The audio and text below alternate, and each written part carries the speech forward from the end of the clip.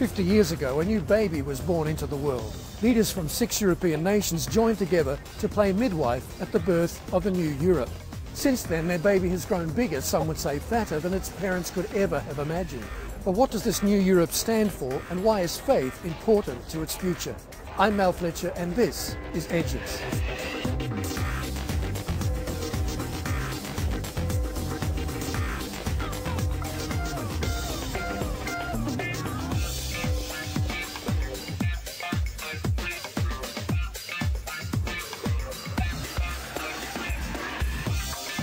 The leaders who signed the Treaty of Rome back in March 1957 hoped to bring unity and prosperity to a part of the world that had been at the epicentre of 2 unimaginably horrific world wars. The architects of the European Economic Community, the EEC, hoped that by bringing nations together, first for trade and then for policy, they could end the strife that had started in their backyard but had scarred the world. Today, the EEC has morphed into the European Union, the EU. It's an experiment in government that's unique in history. Officially, the EU likes to say it's about things like defending democracy and social freedoms and justice. But I think for most Europeans, the success or failure of the EU will be judged by much more practical things. Today, European citizens can travel across Europe without being too bothered by pesky things like passport controls.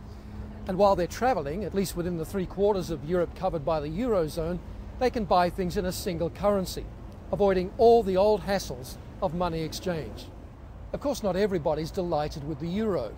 In countries like Britain, Sweden and Denmark, it's still seen as something of a threat to national sovereignty and identity. But it's Europe's young people who've been the quickest to adopt the new European identity. More than 2 million of them have already relocated from one centre to another, like here in London, to pursue their studies, often with EU funding.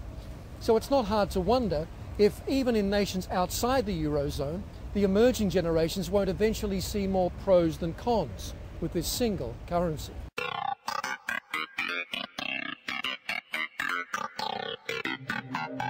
But are attitudes in those hesitant countries like Britain starting to change towards the euro? Well, I'm here in the capital's busiest shopping street to find out. Excuse me, sir, what do you think of the euro and why? Well, it's great because you can travel. Quite handy when you're travelling abroad, but I don't want it here. I can see there are benefits to both sides, really. But personally, I'm quite outward looking, and I would like the euro. I feel a bit afraid of losing our identity. Currency changes and it goes down. We'll lose that. And get less pay as well, won't we? Price increased a little bit, but you get a feeling like unity in Europe. It's very confusing, and I think more than anything, I think we should at least keep something for Britain, because then it was in everything for Europe. So I'd like to see them do what they're doing for us. It's about bringing all of Europe together, and I think that we can't, in the long run, stand out against that. A real mix of opinion there, but I have to say I am surprised by the amount of people that I asked who said that they thought the euro was a good thing. Granted, a lot of them were tourists, but many people talked about moving forward and not being left behind.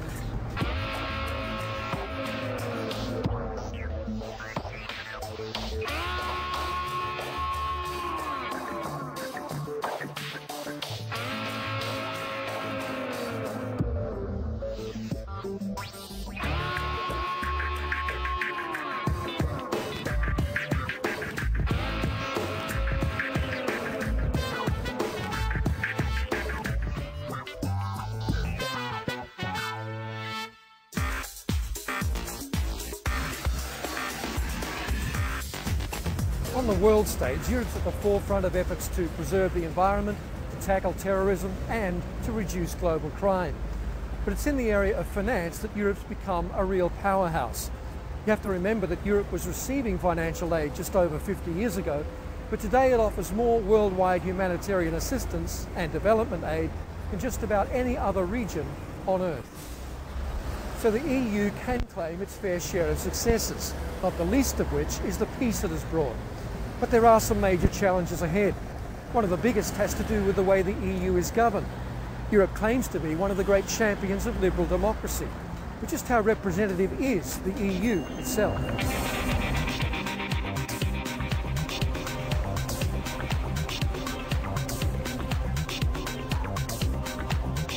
There are three major bodies at the top of the EU structure: the European Parliament, the European Council and the European Commission. But only the Parliament is directly elected by the people.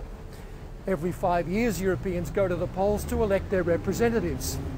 Well, that's the theory anyway.